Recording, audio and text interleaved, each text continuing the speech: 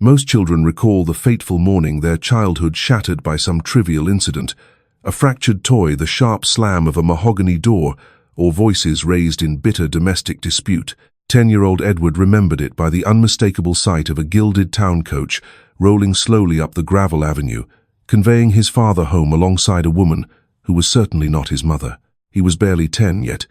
Even at that tender age he grasped the cruel, suffocating elegance of the spectacle, the gleaming black lacquer, the glittering French silk, the terrible truth that public humiliation could arrive, dressed like an honored guest, and still cut deeper than an assassin's blade.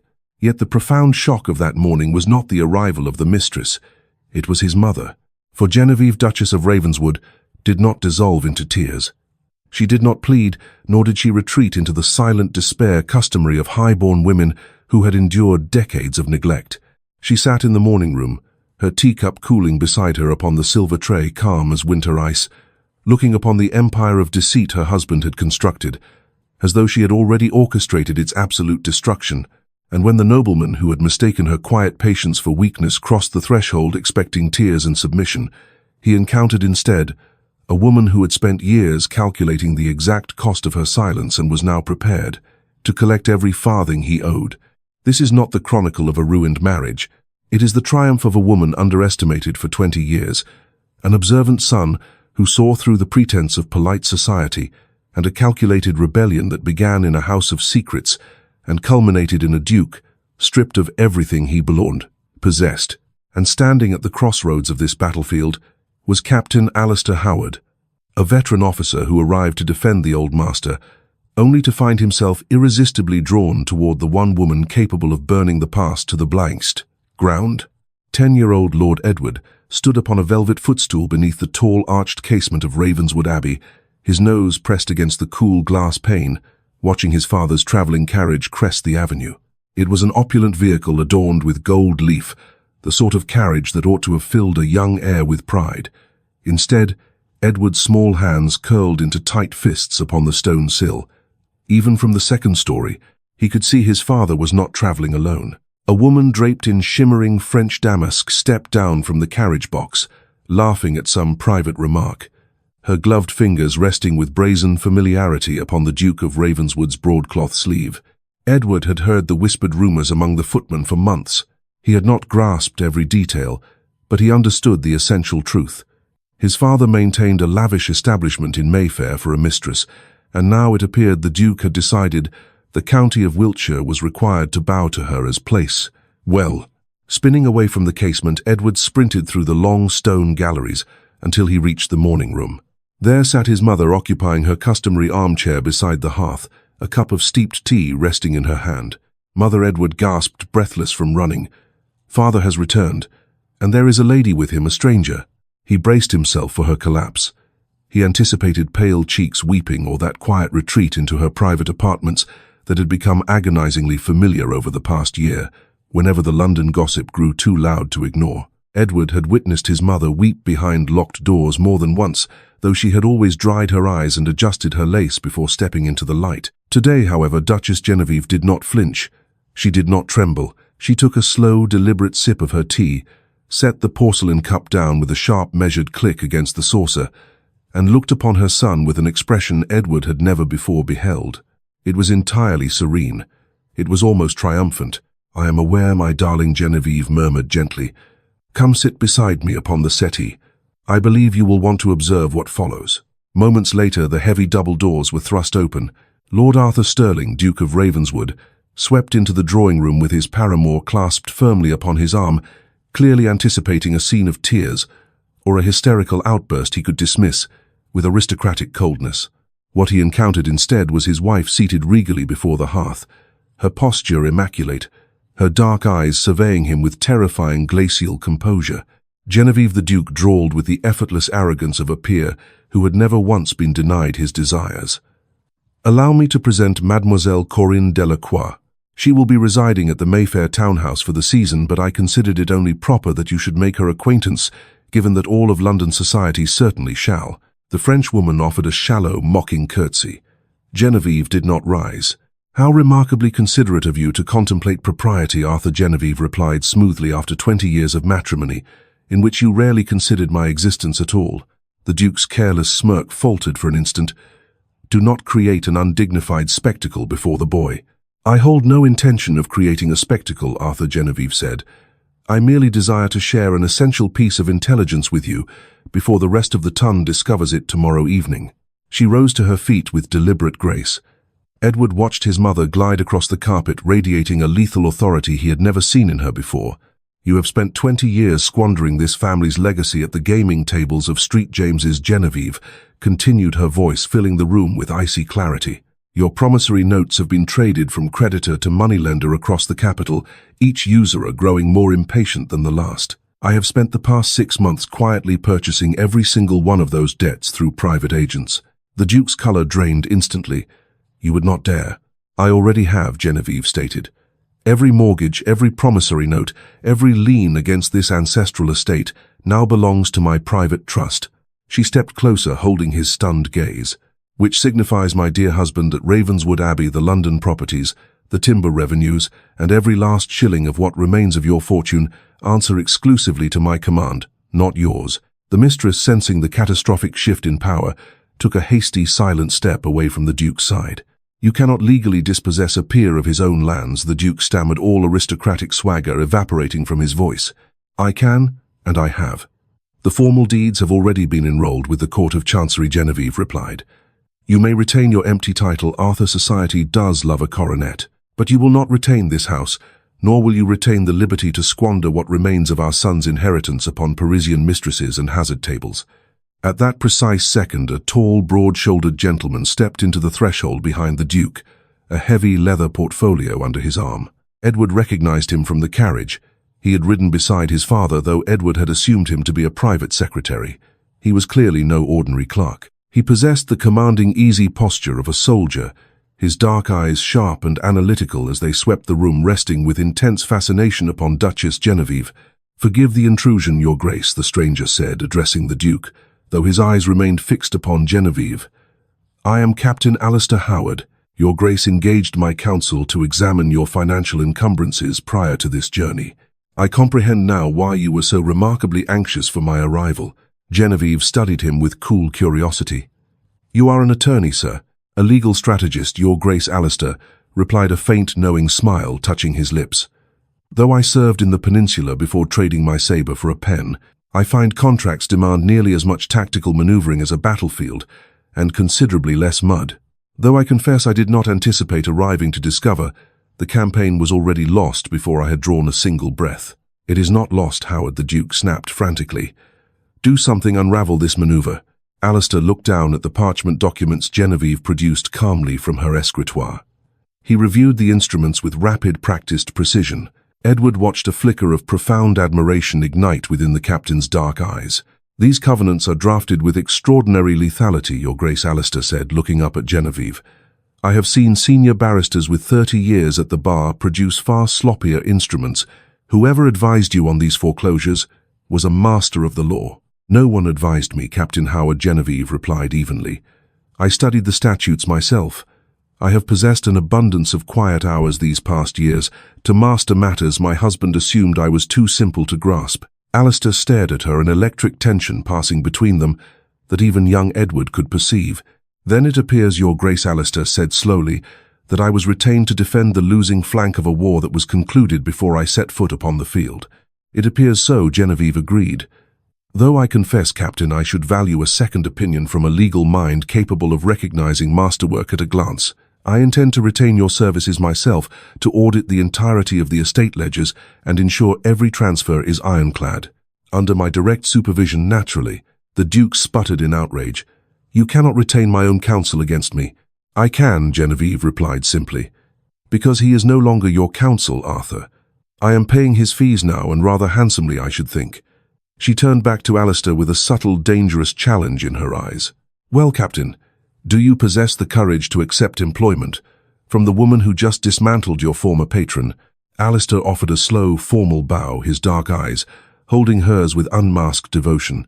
"Your Grace, I find myself infinitely more intrigued by this commission than my previous one." Edward, observing from the settee, did not fully grasp the legal mechanics of the confrontation, but he understood with pristine clarity that his mother, the woman who had wept in secret for so long, had just emerged as an absolute sovereign. Within 7 days, the Duke of Ravenswood was relocated to the drafty stone bailiff's cottage at the far perimeter of the acreage, granted a strict monthly allowance, and stripped of every key to the abbey, save the latch to his own front door.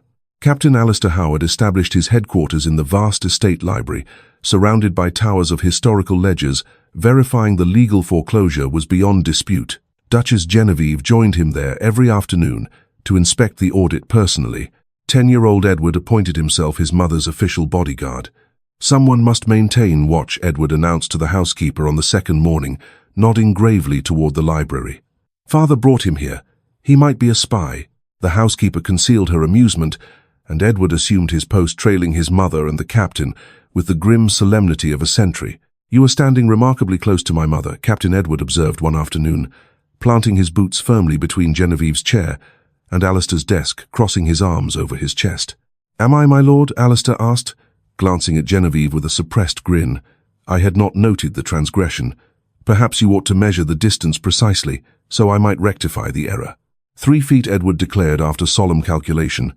"That is the proper distance." 3 feet it shall be, Alistair agreed, gravely sliding his chair back exactly the required distance, while Genevieve pressed her lips together to stifle a laugh. Another afternoon, Edward made another unfiltered observation during tea. "Captain Howard, why do you smile every time Mother informs you that your arithmetic is flawed?" Alistair nearly choked upon his tea while a delicate rose hue bloomed across Genevieve's cheeks.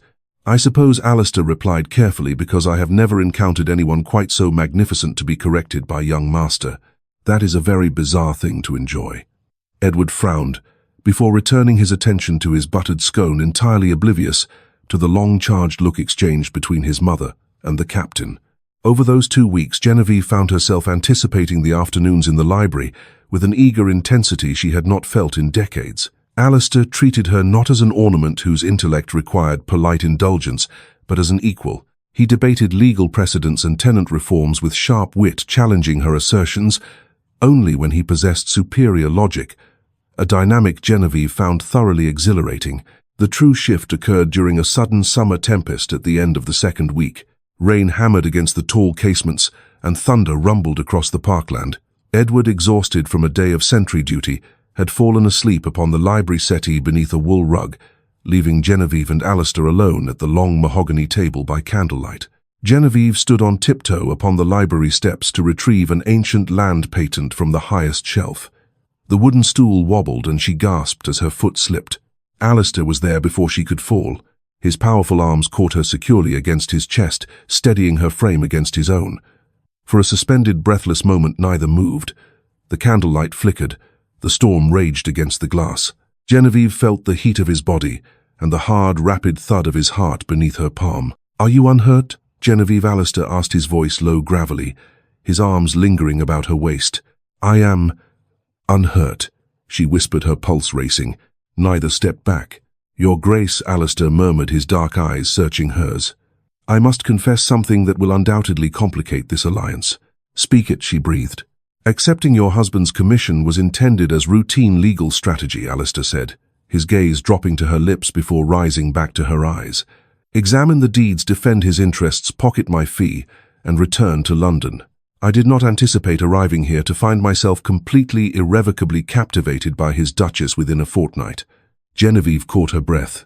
"Alistair, I am falling deeply in love with you, Genevieve," he confessed softly, "against every standard of professional conduct I possess." 20 years of cold neglect had taught Genevieve to fortify her heart, yet his raw honesty shattered her defenses. "I have spent 2 decades being informed in 100 subtle ways that I was unworthy of devotion," she admitted, her voice trembling. "I do not entirely know how to receive a man who offers it without condition." "You do not have to know tonight," Alistair replied gently. "I ask for no promises. I merely ask that you know the truth." Genevieve looked up into his steady, honorable gaze, feeling the ice around her heart begin to melt. "Thank you, Alistair, for telling me." He pressed no further that night. When the storm subsided, he lifted the sleeping Edward into his arms, carried the boy up to his bedchamber, and left Genevieve in the corridor with a blossoming hope she had never dared imagine. A fortnight later, the audit concluded, and her legal ownership established beyond question, Duchess Genevieve, hosted a grand masquerade ball at Ravenswood Abbey to celebrate her new reign. The ballroom blazed with crystal chandeliers, and Genevieve moved through the assembly in midnight blue satin, radiating an unshakable command that captivated the county. The Duke had been permitted to attend, relegated to a remote table near the service pantries, a calculated humiliation. He could not protest without advertising his bankruptcy. He arrived with his mistress on his arm, attempting to salvage his pride through defiance. Midway through the evening, the Duke led Mademoiselle Delacroix onto the dance floor directly before Genevieve, hoping to provoke a public reaction. Genevieve did not flinch. Turning to a circle of county dowagers, she remarked pleasantly, "How comforting it is that my husband has finally found a companion whose upkeep he can no longer afford to conceal, given the public transfer of his assets." A wave of amused laughter rippled through the room, and the Duke's face flushed an ugly scarlet as society turned its ridicule upon him. "You dismantled him with exquisite precision," a low voice murmured at her shoulder. She turned to find Alistair in formal evening dress, his dark eyes warm with admiration. "May I steal you from your guests for a moment, Your Grace?" he requested. Alistair led her through the French casements onto the moonlit stone terrace overlooking the gardens. "I submitted my formal resignation to your husband's solicitors this morning," Alistair announced quietly. "My allegiance belongs entirely to you, Genevieve, if you will have it."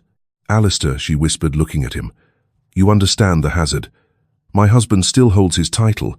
He could damage your career in London." "I survived artillery fire in Spain," Genevieve, Alistair replied, stepping closer, his fingers gently brushing a stray curl from her temple. "I hold very little terror of a disgraced duke's wounded pride." He drew her into his embrace. "You spent 20 years believing you were unworthy of love. I intend to spend the rest of my days proving how magnificent you are." He kissed her beneath the moonlight, a deep, slow, passionate kiss that shattered the final remnants of her past. They returned to the ballroom separately, unaware that from the shadowed pantry doorway young Edward had witnessed the encounter. The boy observed his mother smiling with radiant joy, and he noted how the captain looked upon her with profound reverence. Edward tucked the truth away in his thoughts, understanding with a child's instinct that this man was true. News of Alistair's devotion to Genevieve reached the Duke's ears within days, transforming his humiliation into venomous malice. Watching his former counsel win the devotion of the wife he had discarded was an intolerable blow to his vanity. He orchestrated his revenge with desperate cunning. One morning, while Alistair was inspecting the tenant farms, the Duke slipped into the abbey through an unbolted scullery door. Making his way to the guest chambers, he planted a critical document inside Alistair's traveling desk, the original signed master deed of debt foreclosure. By afternoon, when Genevieve's London solicitors arrived to seal the documents, the master deed was reported missing. A frantic search led directly to Alistair's desk. Genevieve stood in the library, staring down at the recovered document, her hands trembling as old wounds flared. "Explain this, Alistair," she said when he returned. "I cannot," Alistair replied, stunned. "Genevieve, I have never touched that deed. I know nothing of how it came to rest in my desk. You are the solitary person who understood its immense legal leverage," Genevieve whispered. 20 years of betrayal blinding her reason. "Did you intend to use it against me?" "I love you, Genevieve," Alistair said, raw hurt in his voice. "Do you truly believe I would destroy your trust for a piece of parchment?" "I do not know what to believe," she choked out, retreating behind her armor. "I have been made a fool of for 20 years. I will not be a fool again." Alistair's jaw tightened with wounded pride. "Then I will not beg for your belief. I have never pleaded with any soul, and I shall not commence now. I will vacate Wiltshire by morning." He strode from the room. It was Edward who shattered the silence. Stepping out from the alcove near the corridor, Edward approached his mother's desk.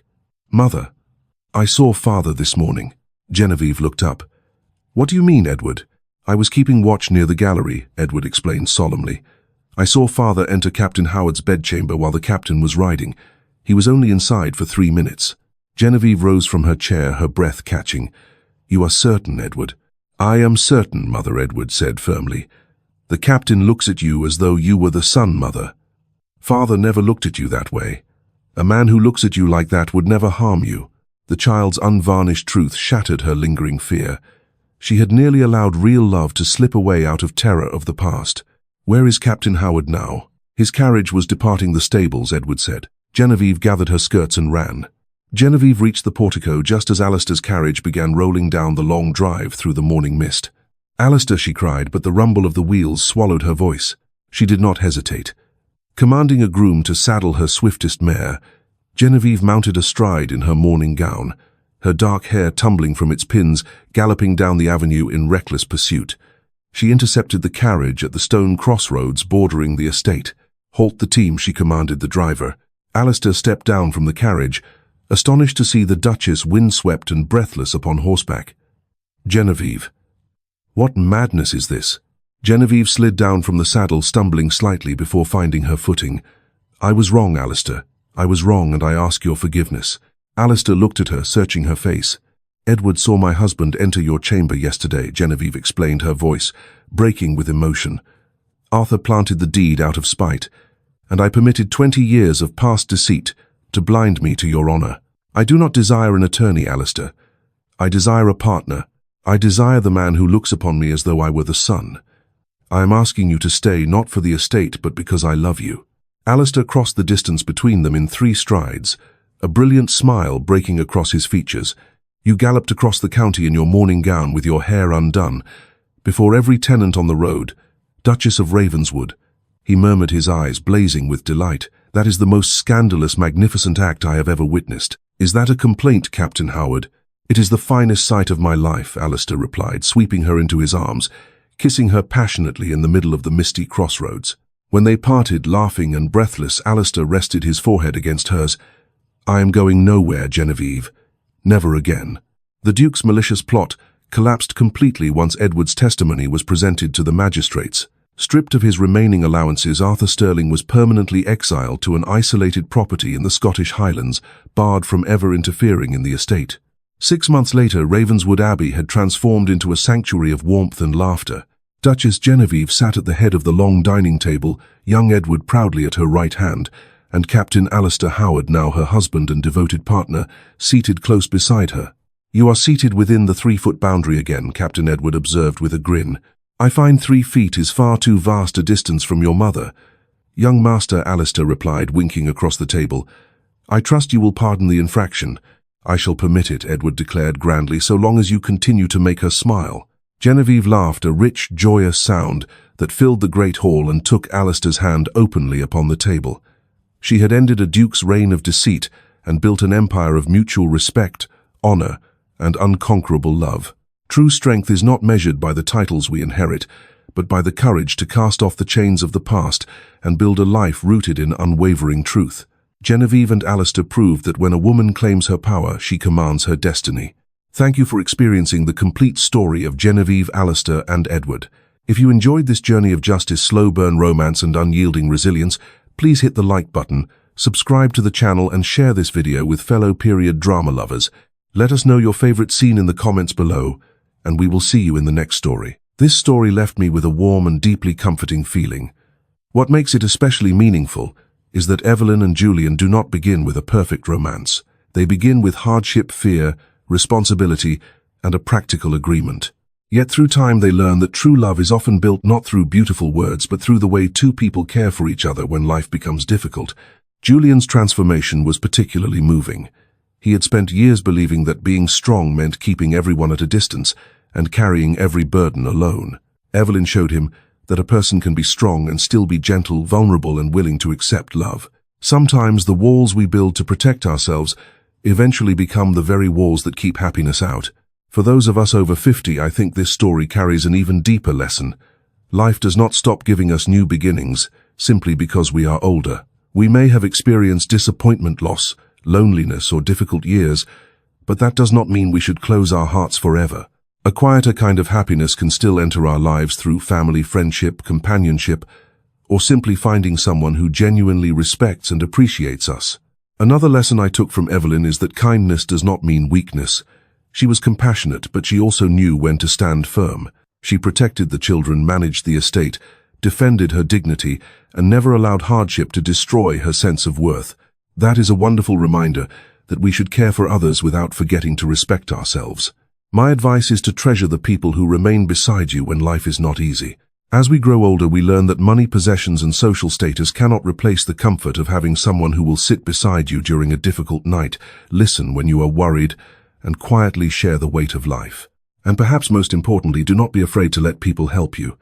Sometimes we spend so many years being the strong one for everyone else that we forget we are allowed to lean on someone too. The most beautiful part of growing older is realizing that love does not have to be dramatic to be meaningful. Sometimes it is simply someone making sure you have eaten, checking whether you are warm, standing beside you when others criticize you, or staying awake when someone you love is sick. That kind of love may be quiet, but it is often the love that lasts.